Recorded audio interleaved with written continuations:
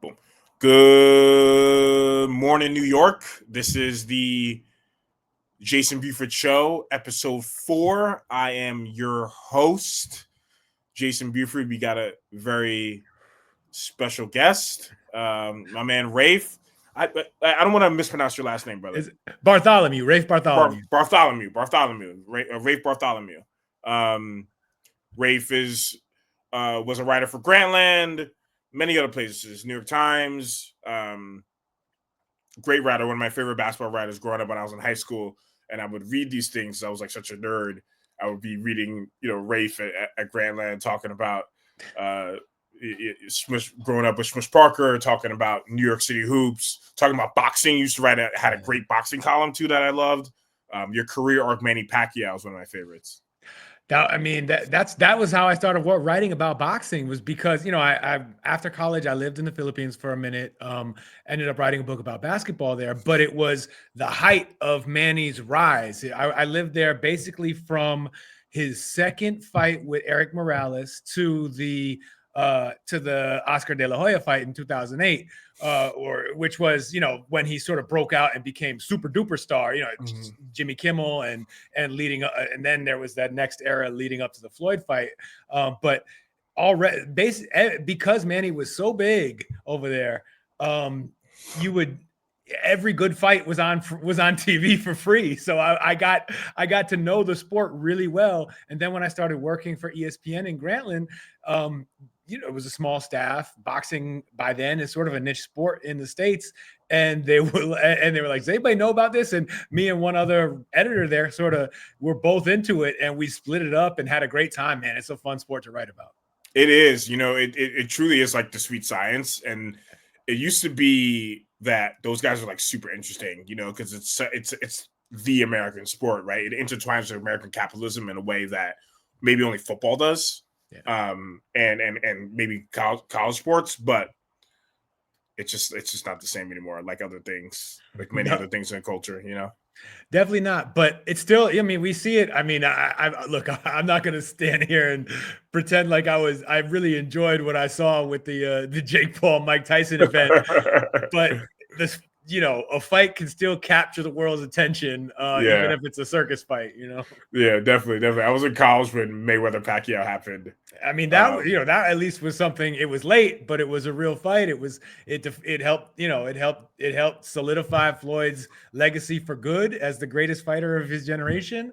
And Manny got his shot, and what, we saw probably who would have won that fight if they had it at any point in time.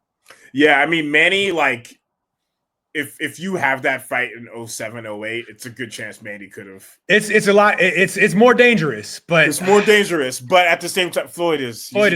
Yeah, he's a genius. Yeah, he's a true genius. Like, I'm much more younger. So I sometimes talk about these things like I was there, and I'm like, I wasn't there. But when you watch a Floyd fight on YouTube, like an early Floyd fight where he's actually punching, he's a great boxer. That was an entirely different experience. I didn't even see some of his early breakout performances live in the moment.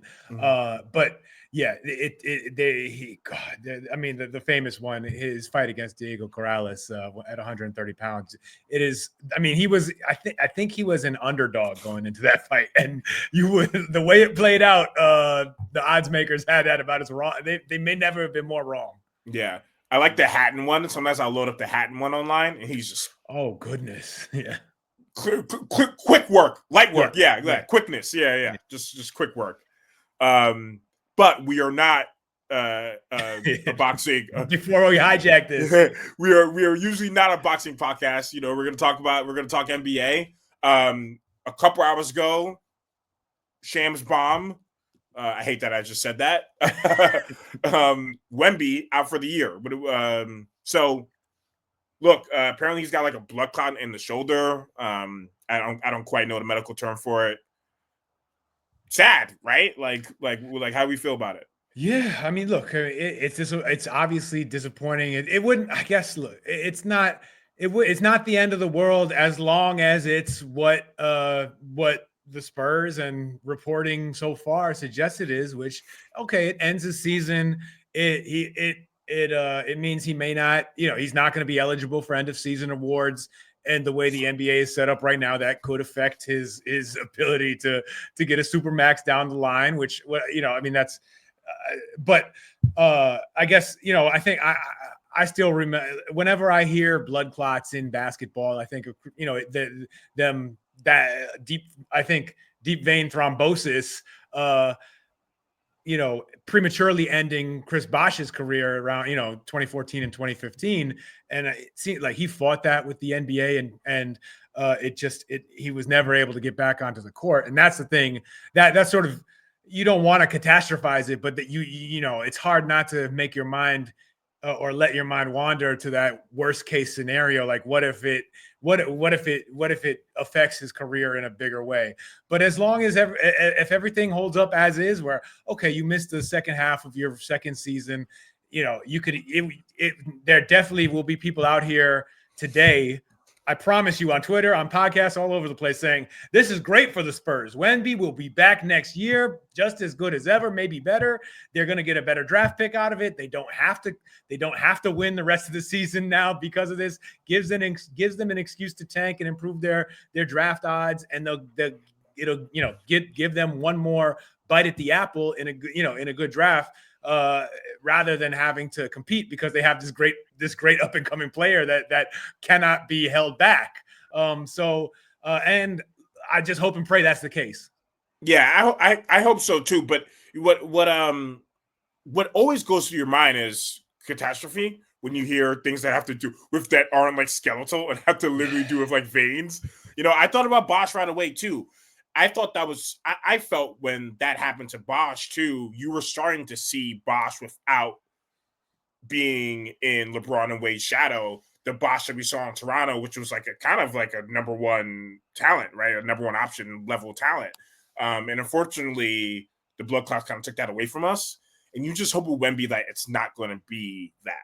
Of course not. And then, I mean, there is a more recent example, right? Brandon Ingram missed time with a blood clot that, they took care of and has not ever bothered him, to date for the rest of his career. So while there is, of course you think, oh no, just don't let it be, something that really, that affects the rest of his career. It's good to remind ourselves that we don't know enough about it to jump to any conclusions yet. And that there are other more recent examples of all-star caliber players who have dealt with, who've had similar problems and come back with it and been back to normal. Yeah, I mean, I was just, another thing that crossed my mind was like tough season for the NBA, right? Like Wemby is the closest thing they have right now, I think, to a guy who can be the face of a league. Right? I guess it's Luka, because we haven't stopped talking about that Luka trade, and we'll get to that to it later. But to me, when I look at Wemby and I look at the future of Wemby, I see someone who is the type of guy that kids want to emulate, and kids are going to be like, yo, I want to be that guy. It might not be possible because he's, 7'3" and a freak, but it's like he's got that type of level of game where literally we could be watching someone that like we've never ever seen before. Yeah. And we got a few of those guys in the league. But Jokic, he's quiet. He's Eastern European. He loves the horses. He can't quite connect. I think Wemby can really connect with people in both NBA fans and both people, beyond the States. So that's another thing I think they got to think about when it comes to this injury. Of course. I mean, like you were saying, Wembanyama, you could tell he wants it. He wants all of that. He wants to be the face of the league. He was being the try-hard guy at the All-Star game. Exactly. I think maybe they needed. I mean, I wouldn't go so far as to say that it saved the weekend, but it was at least he was one of the handful of players who was out there trying to use the moment and save it from itself a little bit. And he's always like that. I mean, you see he consistently rises to the moment in those big occasions. We saw it in the World Cup or in the Olympics last year. just, he's and everything, all the reporting about him, everything from you hear from inside the team, from when Brian Windhorst goes over to France and meets everyone that that helped him develop over the years, and write stories about him. You hear that like they realize how special he is very early, and he realizes it too, and he wants to be all, he wants to seize all of it in a way that is, I mean, like you said, a lot of other athletes don't necessarily want, and we don't blame any of them for that. I mean, it doesn't necessarily seem fun to be the face of a league. It's a lot of responsibility, but he wants to, and you can't take your eyes off of him. I mean, even I haven't even seen him play in person, but on a TV screen, on a laptop screen, it's just breathtaking sometimes. Do you remember one of the first games he played? It might have been the second or third game he played. It was against Phoenix in Phoenix, and he took over that fourth quarter, and I was like, yeah, this is scary, man. Wild. And just so the amount of ground he'll cover on defense, I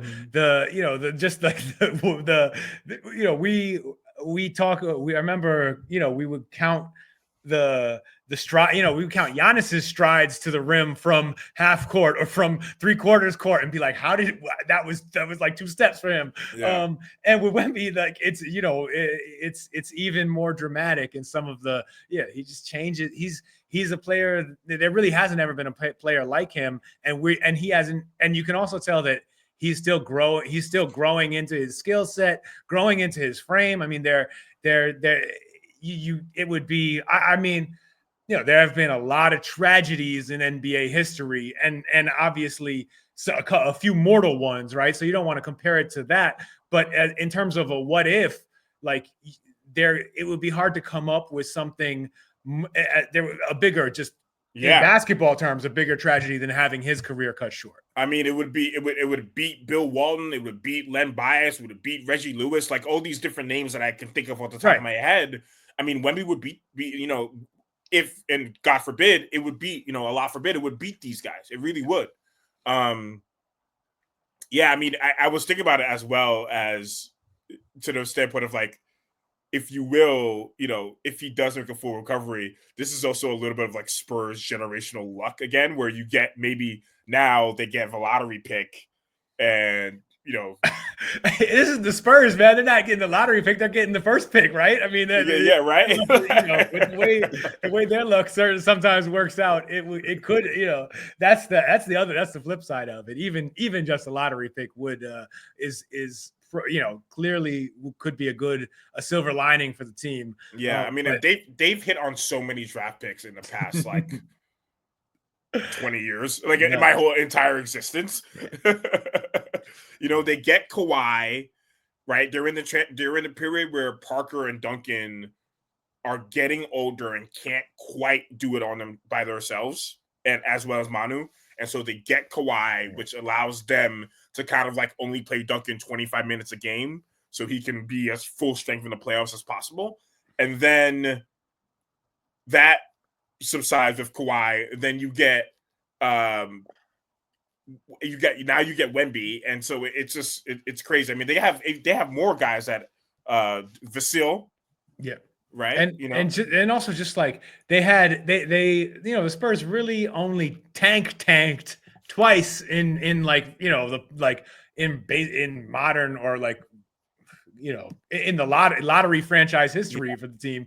And they did it they won it in the 2 years when when it was about as good as it could get, other than like LeBron James and maybe 1 or 2 other players you might name. Yeah.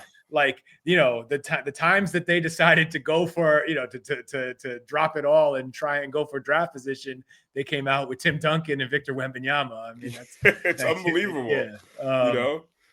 Castle's a good player too. So yeah. I mean, so they have a team that is the seeds of something, and so if they can get one more guy, obviously this is terrible news, and we're not claiming that this isn't terrible, but I mean, it's one of those things where I could totally see it ended up being roses for the Spurs. look, I hope it works out that way because that will mean that Wembanyama, it's just a blip in his overall career, progress, and if it helps them, kind of get further as a team and get closer to those goals, have them deep in the playoffs, contending. I mean, that's kind of I think if you're Adam Silver, if you're the league, if you're just someone who cares about, the health of basketball at the highest level, you want the best for him as a player. And that would be, this being a small issue in his career that he's, he gets over by next year, like they're saying he will. And they get a higher draft pick out of it. And that player develops into some important piece of their rotation, or somehow benefits the franchise. And they, it's sort of another moment in that of Spurs luck over the years. I don't know where that karma came from, but hopefully it keeps paying off. I know. It's rare that you can find talents like Wemby. Rare. Never, right? Yeah. That's the thing I think people are talking about with Dallas, with this Luka trade, where it's kind of like, all right, you guys, I saw on a podcast, somebody said maybe they just got the ick where they just got tired of telling him to get in shape and shit. But it's like, fuck it, who cares? Let him be 260 pounds, he is that good. Maybe he's, a fat fuck or whatever, but he is so fucking good when you watch Luka play. And so it's kind of just damn, what is the goal here? If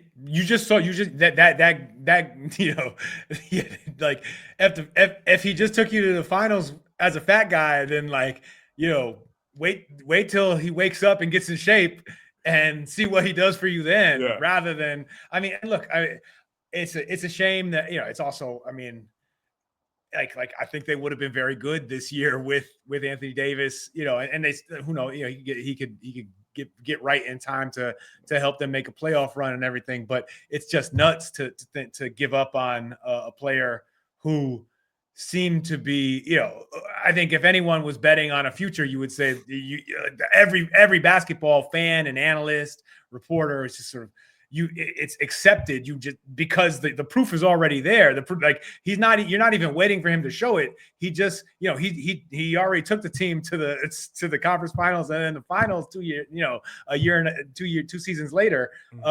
That's how good he's been. And that's perhaps with him, I think we can say that he has not looked like he's been in whatever his peak condition could be. Yeah, he's still that good of a basketball player. Totally. It's we don't know these things, but I can see him from the eye test, from my eyeball. Right. It's yeah, man, he does look like he could drop a few, but it didn't really matter. Right. Yeah. Where were you when you heard the trade? I was at home in bed. I was watching. I had just finished watching boxing. It was a big event that night. A pay-per-view card. David Benavidez and David Morrell had fought, and I had just finished watching that, and then sort of went over to social media to see what people might say about the fight, and immediately was forget the fight. What? And of course, like everybody else, at first I saw it, and I was. And just started texting and DMing people, being this is fake, right? There's no way. This is not. I don't think anyone thought it was real. Yeah, this ain't real, right? Yeah. You started I started, I checked Sham's account, I was looking for anything that might be off there.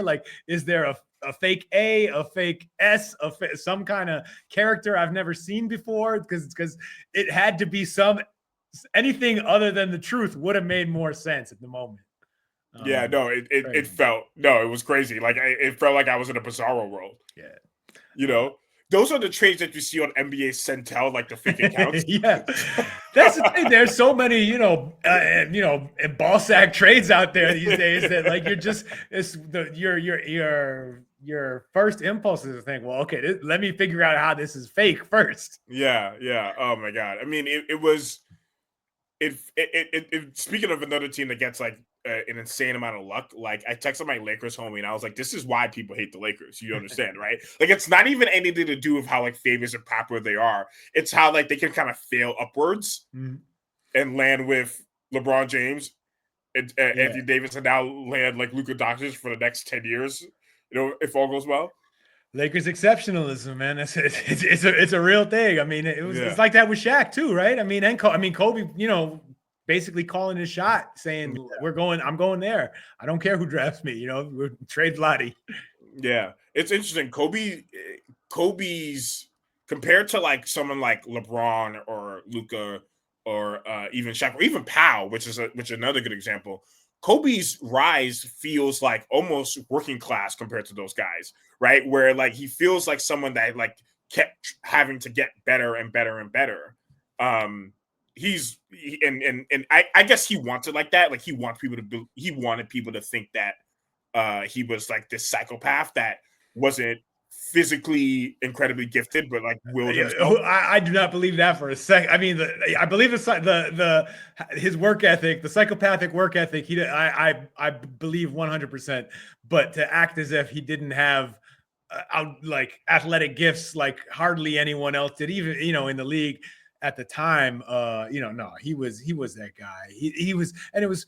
I think it's also that was before the one and done rule, the age limit. So he was one of the after KG, he was like the next big name to really do that, and he wasn't a big man at a time when bigs were still being drafted high, even when they weren't that, they didn't look that good. So he I mean it's looking at it. In hindsight, it's weird to think, wow, he was drafted 13th. I mean, it doesn't feel quite like the other Lakers exceptionalism that we're like that we are imagining that they're known for. It's just crazy. Like I don't know what Jim, Jeannie have done. There's like a lot of, how many bus kids are there? Like 6, right? There's like Jim, Jeannie, and there's a bunch of then there's a whole John, James. There's a bunch of them, but like. I can't believe that this is happening again. I mean, it's crazy. Yeah, well, it's LA for you, I mean, that's what legacy can do. Unfortunately, I don't know what it is. I mean, from being from New York, and I'm not like a diehard. I've never been, for whatever reason, was never like a diehard Knicks fan, but like still you wonder, like, why couldn't some of that pixie dust land over at MSG? I don't think these guys want to play in New York as much as New Yorkers want to think. Not anymore, certainly. Maybe I feel like that might have been true, back in the day a little bit, like into the early 2000s or something. Or I guess Carmelo really was looking to come to the city. But nowadays they don't need it. I mean, it's they'll take the sunshine and there's enough. There's enough going on in California, I guess. You take the sunshine. You don't quite have as much pressure. If you won in New York, it would be I mean, those 70s Knicks teams. There's guys like Dr. Dick Barnett, Bill Bradley. I mean, those guys can walk the streets and, they're heroes. They're kings. I mean, Dean Meminger's kid is on New York One. It's he's like, and that's how I'm like, Dean Meminger, Dean's a dream every time I see him. Phil Jackson finessed his way to the general manager job precisely because he was on that team. It was like no other reason but because he was on that team. And he got it. He was like, I'm not really gonna work very hard for y'all, but I was a Knick. Like I won't bring the triangle. I'm not gonna do shit for y'all, but I won't bring the triangle. No, I mean it's a different organization than what the Lakers have. It's unbelievable to me. Did you check the game did you see the game the other night? The Hornets game? Yeah, so I watched enough of it. Yeah. It's weird. I mean, what do you think of that? Where, I mean, obviously they haven't figured out whatever they need to do to make it work with Luka yet. He's an interesting player in that he can sometimes be a ball stopper. He needs the ball all the time. He needs it. And that's why he's most effective, especially like I think that's why he's been so successful in the playoffs, is because everything slows down, right? Yeah. Yeah. No, and he can always get his shot, and he can make such difficult shots better, at such a high rate. And yeah, all those reasons that make him the kind of play. And the thing is, a lot of the time you don't, aesthetically, you might not love to see players who dominate the ball like that, but a handful of guys, it's just worth it. Like, you like, okay, you can't really argue with it, and you find the players who fit around them and make them look better and accentuate their skills, help them hide their weaknesses. And that had been, Dallas had done. That's the thing. Dallas had done a really good job of that. So to see them, kind of cut bait, it's hard to figure out. I don't know. Yeah, it's Kyrie's a wonderful player, but I don't think I'm a huge Kyrie fan. I've always been, but I don't see like them being able to start a franchise with Kyrie as their best guy, thinking they're going to win the championship. I think they needed to have Luka there in order to keep competing. It was crazy to see even Dirk at the Lakers game. Like, it was, I know. the move is shocking. It's a legitimately shocking move. And it's something that Nico's going to have to answer for, right? Nico Harrison, the general manager. Like, I don't see how, like, that's a move that gets you fired. I mean, he seems to be open about that. Like, that was the first press conference coming out. He's like, "Look, yeah, I figured we're going to get fired anyway, so I might as well go out on my own terms." Which is, I know that the Mavs fans hated that for how sort of almost casual he seemed at moments in the way he was talking about it, and whether he was, although. What's he supposed to do? I mean, it seems as if he made the decision, he and at least publicly, the owners are backing him up. They had to sign off on it too, of course. So it's, he has to, now they got to show and prove. I mean, unfortunately, injuries are going to stop, make it look like this might not be the year. And that was really the biggest reason why it made no sense. Because while I don't think many people who follow the league would feel great about trading, Luka Doncic for Anthony Davis and a handful of other players, under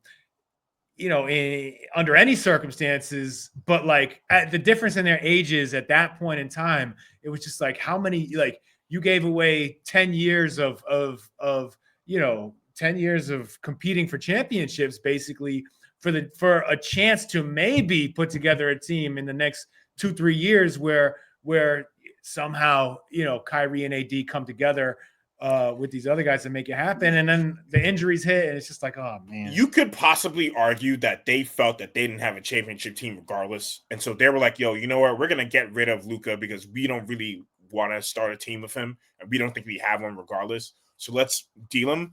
But to me, he's worth it. You work with the kid. Like, you just keep, I don't know if you saw the video of when they made it to the finals and he's drinking the beer with his dad. And like, Mike Finley's over there like, hey, come on, man. Mike Finley's like, just grabs it from him. Chill, man. Chill. Like, a lot of, I think it's a different, it's interesting. It might be like a difference in culture, right? Like, a lot of what the NBA has done to a lot of athletes, particularly a lot of athletes of color, is like they've become like these machines. Right. They become like these like workout freaks, right? Tatum's a workout freak. I was watching the Knicks Celtic game at a bar in Brooklyn, and he just blitzed us. And I remember just like he's in such great physical shape, and he's so lean and he's so quick and his arms are incredibly long and his shot is fucking butter.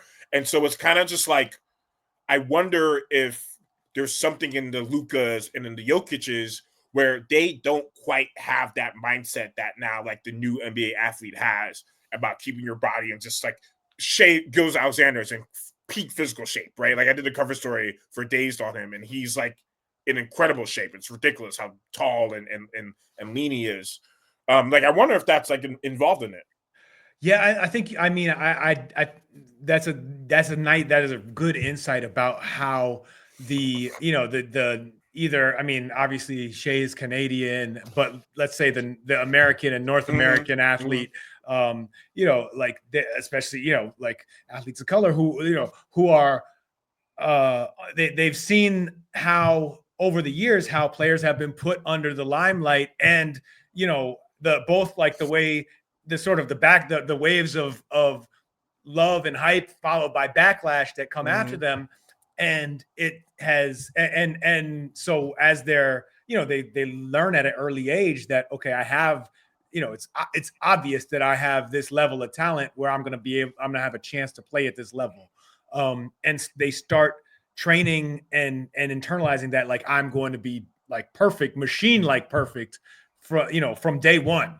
And it makes them great in a lot, in a lot of ways. I think they're, I mean, to the extent that players like Doncic and Luka have been, are also, I guess, I don't know. Are they great then in spite of their sort of flaws or excesses, or would they be better if they were willing to sort of submit to the grind like players here learn to do?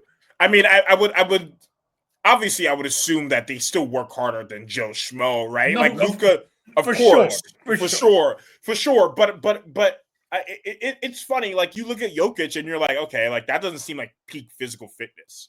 It's a little easier to see with big it's men. A mobster's body, it's a Tony Soprano body. I mean, like, I guess with big men, it's funny you say big. I'm saying big man as if like a 6'9" man is not big too, but for centers, it's a little, you sort of give them a little bit more leeway for different body types, because just carrying around that much weight, and you could tell, like, Jokic, and also I guess with Jokic, he's proven in recent years that, like, okay, he doesn't get cut like the most, like the finest athletic specimens in basketball, but he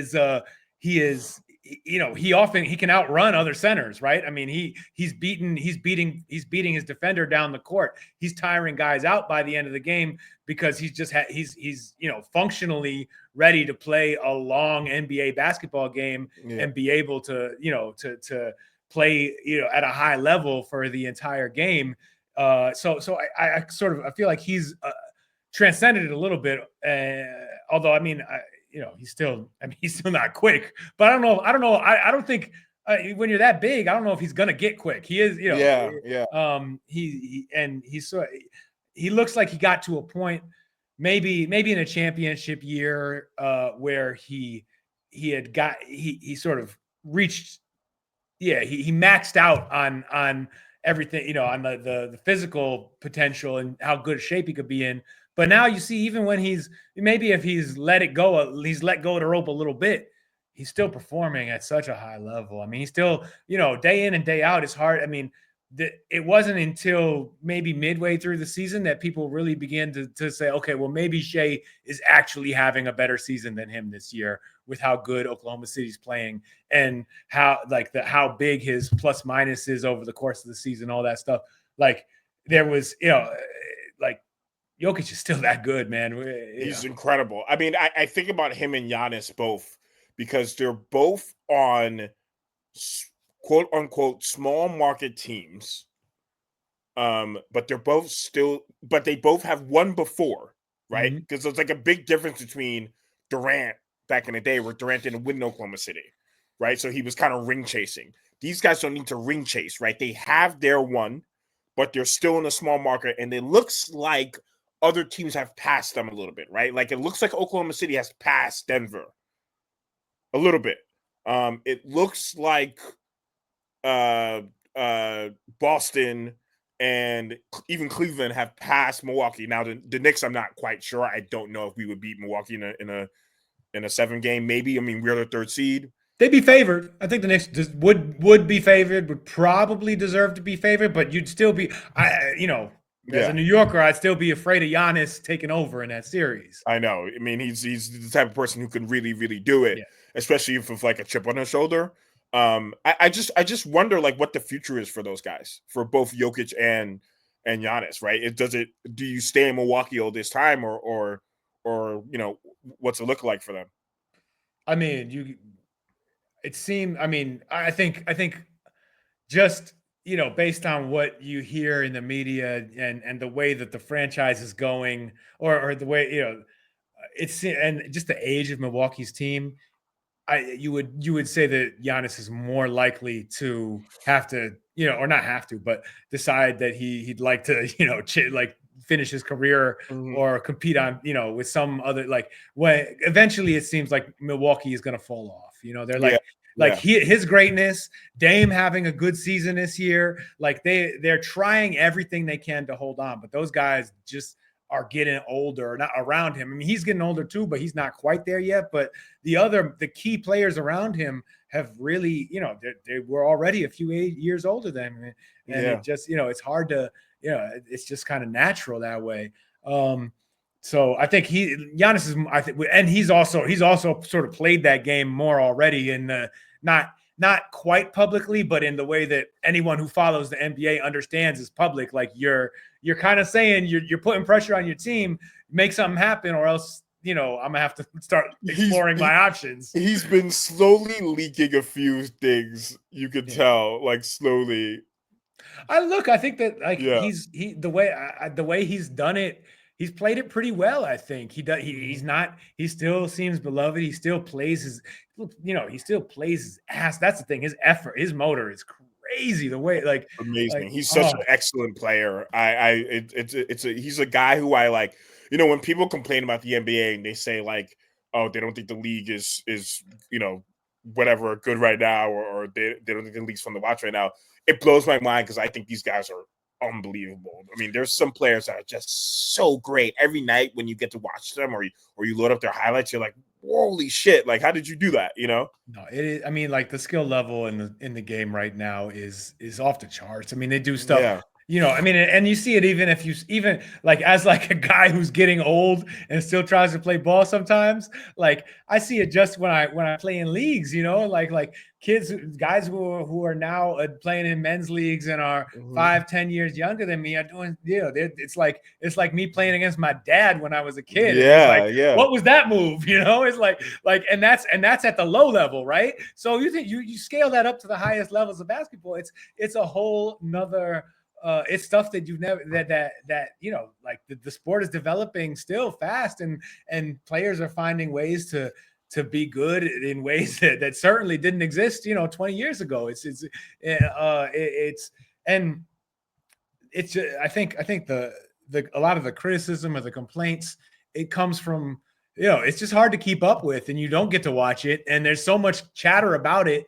You absorb the narratives around it. I don't really blame Yeah. fans who feel like they can't keep up with an 82 game season anymore, or who just see the highlights or the numbers about 3-point shooting and sort of rush to that Yeah, conclusion. yeah, and um, it's the coverage is like that too. When the coverage is like that, I think it's the poison drips through, right? Like it affects everything surrounding the game. But like when I watch these guys, I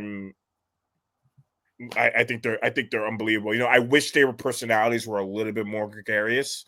Like even Ant, who I love, like Ant the other day was talking about how like he doesn't want to be the face of the league, or how he said that he didn't want to play in New York because they'll boo you in November. And so I think I wish they were a little bit more gregarious, but in terms of the skill level, they're like the best it's ever been. Yeah, it's not. It's hard to argue otherwise. Like you're crazy. I mean, if you try and say so, you're just sort of telling on yourself in a way. Yeah, You don't have to love it. It's fine. Like it may be like that's. I mean, it's like music, right? A lot of in some ways, a lot of people just whatever they listen to growing up, that's what they listen to today. yeah, And if you grew up with a different era of basketball and you preferred how that was, like that preference is fine. But mhm, when you make the leap from there to saying, and that's why it's not as good today, that's when you're wrong. Like it's just yeah. different. It makes me wonder if the problem with the league is the same problem with like in general being black in America, which is like this league has to be twice as uh palpable for white America in order for people to take it seriously. And in the early Obama era with the big three, and in the Jordan era, it felt that way, but I guess maybe now it doesn't feel that way for like white America, and people are absorbing all of those things. Yeah, it's hard to figure out, man. I'm trying. Oh, I mean, like, the cultural like the cultural like conversation is so all over the place and has sort of bounced boomerang back and forth so Yeah. hard in recent years, where in ways where people were, I don't know, we might also like the as a society our brains might all be poisoned by the internet. I know. In Yeah. a I mean, way it could. that, Yeah. I mean, it uh, you know, oh man. it's part of it, right? Like, I wonder, but also the coverage just has to get better. Like, what did you see in the All-Star in the All-Star weekend and in general with the coverage this year? I'm talking like anything, TNT, ESPN. I'm talking, Right. Um, Look, I mean, on one level, I mean, I laugh at the negative stuff. Like, I think it is funny. I get a kick out of the inside the NBA guys talking shit, and they're even if great. I mean, they're they sound hilarious. even if their opinions sound a little bit outdated, or if they're I think they probably could stand to give the modern game a little more credit. I see where they're coming from, and it's not, to me, it's, I don't know. I don't know if I ever really, I don't like the idea that I I've never felt that like whether it was Charles Barkley, whether it's Charles Barkley and Kenny now, or if it was in Shaq, and or if it or Bill Walton back in the day, or whoever it was on TV was making me feel how I felt about the product on the floor or on the TV. Maybe and maybe that's just uh, being arrogant and being like, oh, I think for myself, when actually I'm not. But it doesn't. No, it could Yeah. be. I mean, I'm thinking about what you're saying, and I kind of agree with you. Like, I was gonna say Hubie, but even Hubie, who I love, even Hubie, like, I can't say I was into the game because Hubie like told me to. Like, Hubie's obviously like really knowledgeable about the game, but it wasn't him. I just think it's the players, right? Like, I just think it's the guys. Yeah, and there is, I mean, nostalgia, is a powerful drug, man. Like I still, part of me does miss, like part of me does miss 90s NBA, and and more mid-range game, and more, and the post up being, even if we now understand that as well as guys can shoot today, it's not usually not a very high, percentage way to run an offense. Mm-hmm. Like part of, like, it's just in my head is loving to see whether it was Kevin McHale, or or Hakeem, or Al Jefferson, Mm-hmm. operate in on the block, was a style of basketball that I missed. But Rasheed Wallace, I oh love my, it. Oh my no, god, I no, love but Rasheed on the block. he was so versatile, man. Yeah, he was. He would step out, but yeah, just on the block, that turn, like, if he could, his turnaround, the way that he could, that high release, what a, oh man, when he's like his when his when he when he when his shot went through, like, just pure, it was like a different switch than anyone else's. There's something about, yeah. Yeah, what was so that, like, in terms of underrated basketball players of your Oh man. lifetime, like NBA basketball players of your lifetime, like the underrated guys that you remember watching, where you were like, "Fuck, this guy's fucking dope," but he didn't, he wasn't quite on like commercials and that stuff. I generally do think that the players from an earlier generation were a lot cooler than the guys now. I just think, and it's not really anyone's fault, but I just think that, like, these guys have a lot of sponsors to satisfy, and they don't quite, they learn basketball from a very young age, and they don't quite have the personality that like an Iverson had. Iverson was like so fucking cool, regardless of how cool he was on the court. That added to the fact that he was just cool in general. Mellow, all these guys. Yeah, I mean, I wonder. I think a lot of it is also just the way that everything is.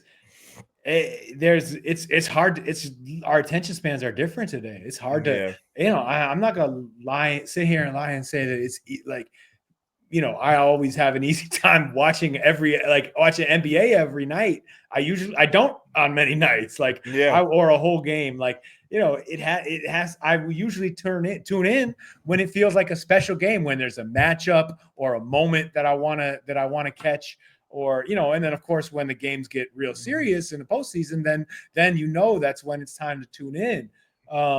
There's just the option, like, it's like our attention spans are so split up these days. And plus, I don't know, you get older, you got work to do, it's like all of a sudden you got more stuff on your plate.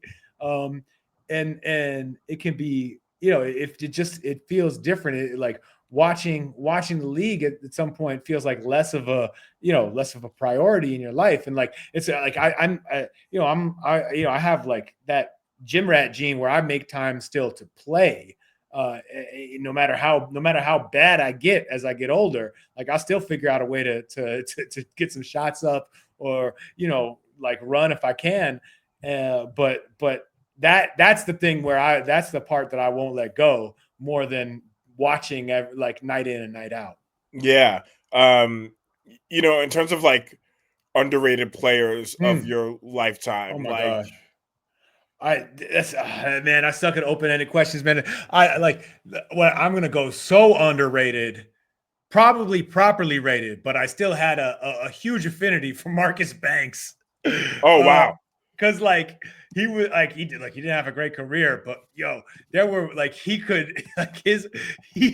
had one of those just nuclear first steps and a crossover that could get from like, that covered that felt like it went about 8 feet, like from up high to the other side when he did it. And he could be so explosive. Obviously didn't, I don't think he was underrated, but he was a player who I enjoyed watching. And I was always like, damn, I love that guy. There was Marcus Banks, and then there was another guy who was like a Celtic around that time who was somewhat similar. I'm like, maybe it's Ricky Davis I'm thinking of, but there was like another guy who was kind of similar to Banks, where like, he was bouncing around, but if you had him in the game, he was very, very fun to watch. My God. They had Kedrick Brown around that time, right? He was athletic. Marquise Daniels? They had Daniels around that time. Oh man, he was okay. That reminds me, Marquise. So speaking of former Dallas Mavericks, Marquise Daniels and Josh Howard Howard was the best. Oh my God. I loved him in college. I remember back, me and my high school teammates in New York would always, we found some deal to get tickets to the NIT semifinals at the Garden every year. Yeah. And we saw Wake Forest play one year, and Josh Howard was there. He was so nice that year, man. He was. Didn't he play with Paul? Wasn't that Wake Forest team with him? It's like one of my early. It's one of my. It was one of my favorite college teams. That was one of my favorite college eras, because I remember it was like Redick was on Duke, and Wake Forest had Paul and Josh Howard, and Tech had Jarrett Jack. Oh, and yeah, that was that year, yeah. And they were like all in the conference. And then Carolina had Felton and Sean May, I believe. They were all in the conference. Yeah. There was, and I think the year I'm thinking of might have been earlier in Josh Howard's career, or because there was definitely, like they're playing in the NIT, like it wasn't a successful season. So Chris Paul wasn't there yet, but it was he was nice, because it's just sort of he was a big, strong wing who could handle, he was a little ahead of his time, and played and he ended up being real good for the Mavs over throughout his career. And like, it seemed like he's one of those players who seemed like he sort of got I don't know. I don't know enough to say, but he fell out of the league earlier than it seemed like he should have. And it was right after there was some video where he talked about smoking weed on the 4th of July, which is like now would mean nothing to anybody, but somehow it was, it was a problem back then. Yeah, it would only really mean something to Stephen A. Right? Like that's the only person it would mean something to. No, but it was funny. It felt like NFL shit, like when he was doing, like back in the day. Like it's like people like NBA players like weren't known to do like stuff like that like publicly. I don't know if we thought about that publicly, other than him and maybe like Lamar Odom had like a little issue when he was like early in his career with it. But no, Odom actually. Speaking of, Odom's one of the Yes, guys. sir. I was thinking, Yeah. I mean, he was just like that. You can make a case he's the X factor on that Kobe Powell Laker team. I mean, he for was, sure. oh my God, just the handle coming off. They had him coming off the bench, and his handle, his ability to kind of like take over a game. Sometimes he would like actually kind of take over. There's this game that they played at Cleveland in 2009. Kobe has the flu, and so he's not moving that well.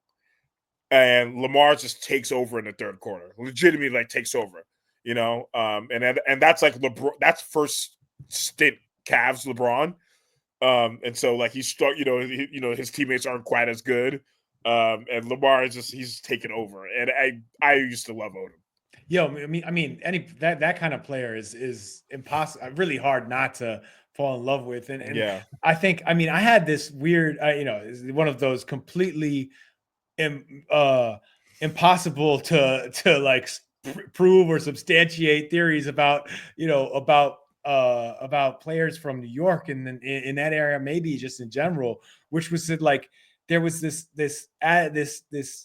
attitude that it like a lot of the time it felt like it was more important to just sort of like all you like all those guys needed was to show that they were that they were nicer than everybody on the floor, and then the game was over for them. Like that, like as long as like you got out there and showed that you actually could beat everyone, you didn't need to follow through and do it.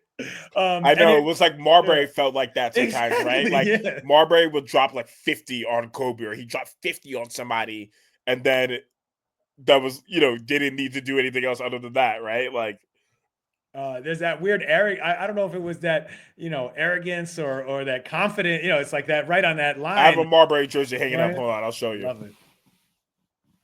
Yeah, my favorite player when I was young, because he was probably 3 or 4 years older than me in high school. Read all those high school clippings. There was there was a book, The Last Shot, about I've never read that book. I've always heard I should read it. I've never read that book. It's one of the it's one of the greats, and it was inspiring to me. It's one of those books that like one of the first books I finished that I didn't have to read for school. I wasn't doing just to get a grade, and was sort of made me think, man, maybe you could do that someday. It's cool. One of my favorites was, I mean, this is a doc, but one of my favorites. Remember through the fire? The Telfair one. The Telfair one was great. Oh my God, Telfair one was great. There's a scene in that one where, they're singing slow jams by Twista and Kanye. They're like on the block singing it, and it's like, oh man, what we used to have in our culture. I mean, we still have it, but it those stuff for me, like I think we're missing a lot of those things, because those things form they made me into like a basketball fan, and not just the game, but the culture surrounding the game as well, and not in a kind of cynical way, but in like a very true way. I sometimes I'll load up old Iverson Sixer videos, like that 53-point game he had against New Orleans in like game 1 of the playoffs, that one, or there's just a lot from that era of basketball that I adore. I was thinking about Raja Bell recently, who I think is like an underrated player, like one of the first 3-and-D players. Yeah, that's true. Like Shawn Marion is another guy I think about a lot. Yeah. I mean, yeah, there's so many, Bill. Oh man, I had somebody else in mind too. No, I'll take forever. It's like it's just like there are too many names floating around. Oh my God, there's too many, man. No, I totally agree. There's way too many. No, it's funny. Like, it's taken the Knicks forever to get this good, but there's something about the players they have that I don't think inspires devotion to a lot of day one New Yorkers. Brunson's a great player. I love watching him play. He's a great shot maker. His footwork's great, and he's tough as nails. But he's not quite, he has a lot of a friend of mine called it Wawa energy. He's got a little bit of that. Yeah. Cat, I think, is a great player and has long been underrated, especially offensively. But even him doesn't quite have the, he's no Charles Oakley. Like I just think there's like an energy around. I think this Knicks team that I don't think a lot of day one New Yorkers quite can figure out. Yeah, I mean, certainly compare if you get into that mindset of comparing it to those '90s Knicks when with Mason and X-Man, and it's just that, and John Starks, like that yeah, that sort of punch you in the face energy. I mean, doesn't exist. I don't know if it exists anywhere in the NBA anymore, but it definitely is not quite this team. But this team plays hard and it's tough. I mean, they're not. Certainly, you wouldn't. I wouldn't come close to calling them soft. So I mean, they're pretty fun to root for. I think it's. I miss Dante a little bit this year. That's yeah. That's true, man. That guy, he no fear at all. Yeah, no, he had no fear. I miss him a lot. But I agree with you. I mean, I think it's a fun team. We'll see what can happen. Maybe Robinson comes back and they can, I think, tighten up that defense a little bit. But I don't know. I don't know. Yeah, we'll see. It's tough. When they played the Celtics, I saw like not a contending team. Like I thought that the Celtics were like significantly better. But we'll see. We'll see if you can't really count on Porzingis to be healthy. So if Robinson can come back, who knows? Yeah, look, I mean, I hate to say it, but just if you look at the rosters, I mean, like the Boston probably should win the East again, maybe Cleveland. Like that, and if it doesn't play out that way, then somebody didn't play up to their potential, or somebody played over their heads, or somebody got hurt. And that's reductive, but on some level, they're like when you watch basketball long enough, there's like those patterns stick. Like you see, and like the sort of the cream does rise to the top, even among the very best in the world. That doesn't mean that the Knicks players aren't also great. They just might not be as great as the roster that a couple of these other teams have put together. Yeah. And they'll go out there and they'll make a series of it. But it was like, I don't know. I mean, that's one thing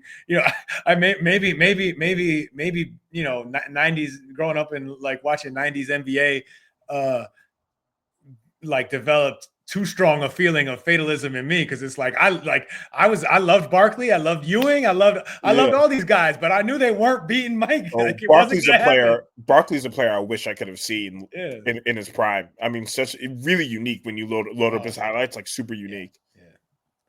Yeah. I feel like we didn't even really give him enough credit for that at the time, because he was. I mean, it was almost like he was too good to. It was like calling him unique wasn't even giving him enough credit because he was so good.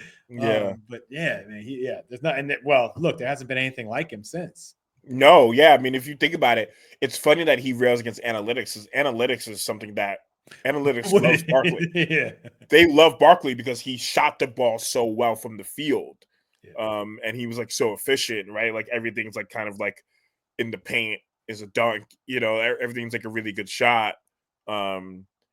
He's not that much of a ball stopper either, and he's a great rebounder. So it's interesting that he hates analytics. Just comes from a certain time, Yeah, well,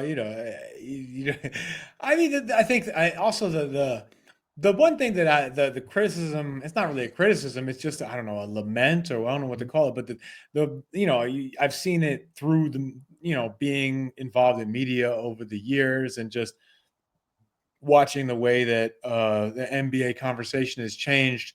It used to be, it used to be that the thing that made a lot of people love basketball was having played it at some level growing up. Not necessarily have been, good or very good, or play but still have had some part of it, right? Yeah. Like, basketball is the game of the people. That's certainly how it felt. I mean, everybody I knew played. And now it's sort of it's like and in the NBA was sort of like it felt like a family operation in a lot of ways. Just looking, I mean, I wasn't a part of it, but like just looking at it, like former players went on to work in front offices, and they were, and they weren't they were making decisions based on their experience and what they thought was best.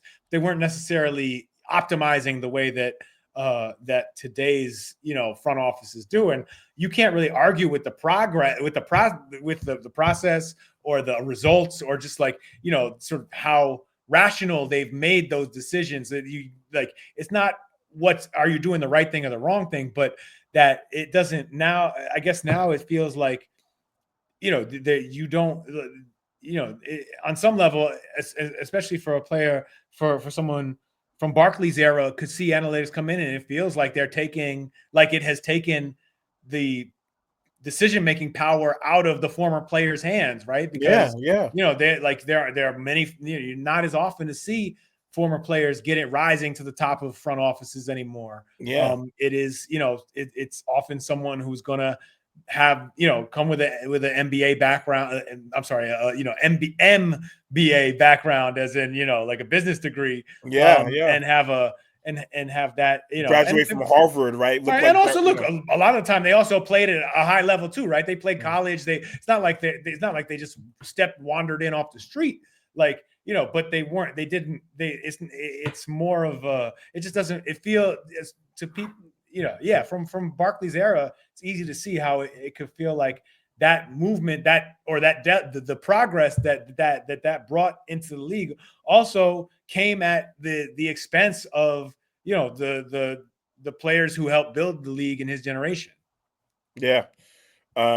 It's just like anything, right? Like there's opportunities that I think analytics affords people, and they don't always look like Charles Barkley, right? Like they don't always look like these guys. So I think it's extra layered, right? It's not just these guys. Also, like, to be honest, like as someone who's been a basketball fan all his life, I don't really look at analytics to talk about the game. I don't. I just like watch the game, and I think if you're kind of knowledgeable about the game, you can use analytics to help you, but also like it's not the most fun way to talk about things. It helps you look, if you're writing a story about the NBA, it's useful that now you can back up your observations with numbers that strengthen your point, and in many cases you'll get some even deeper insights into something you might have an idea about. But yeah, if you are from if you watch enough basketball, if you've played some basketball, if you have a feel, if you develop a feel for the game somehow, then you will, like a lot of the time, your experience with analytics will be that sense of like, okay, you're telling me something I already knew. You're just telling it to me in numbers. Like I understood this already. I already saw that happen. And thank you for these numbers that helped me make that case. But it's not like I already understood this qualitatively before you gave me the quantitative evidence behind it. And I think that when the argument against sort of the overuse of analytics in some media is when it becomes when you get the sense that whoever is writing or podcasting, or whoever's delivering the message is saying is relying solely or over relying on those numbers. And it's like, well, you're like, is this something you actually think or feel, or are you just is this just something that you're reading off of it? Are you reading off of a book or something? No, I mean it matters, and I think people can see that, right? Like people at Barkley's ilk, they can kind of see that. Thank you for coming on, brother. Let's end with this. Give me a prediction for the finals, or an NBA prediction for the rest of the year. This is the first real day out of the All-Star break. So now we're in the second half of the year. Good slate of games tonight too. Phoenix plays LA and Portland.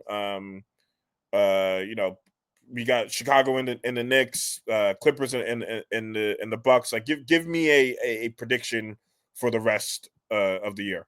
All right. So I mean, you started off saying finals. Look, I'll probably be wrong, but I would say that I think we're going to see um, Boston Denver finals is my prediction, which is not that off the wall, but a little maybe not what the results have said so far in the season. I think that I would pick Denver to win in that series. Wow. I think that they're like, if they stay healthy, if Jamal Murray stays healthy, if it works out for them the rest of the year, they've looked good, and they could get some of they return to that level they found 2 years ago.